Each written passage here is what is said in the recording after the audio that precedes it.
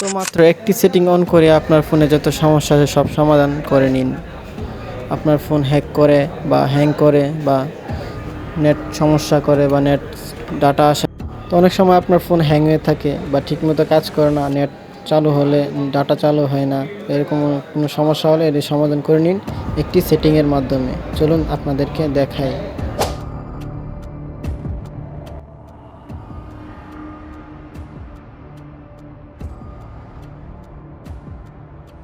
তো প্রথমে আপনি মোবাইলের সেটিংয়ে চলে আসবেন, তারপর লিখবেন reset all settings. Reset all setting দেওয়ার পর এই যে উপরে দেখেন রিসেট অল সেটিং, তারপর এটা দেখবেন রিসেট অল সেটিংয়ে, তারপরে দেখুন রিসেট অল সেটিং এখানে দিবেন, আবার দেওয়ার পরে রিসেট অল সেটিং এখানে দেওয়ার পরে সব কিছু আপনার সমাধান হয়ে যাবে।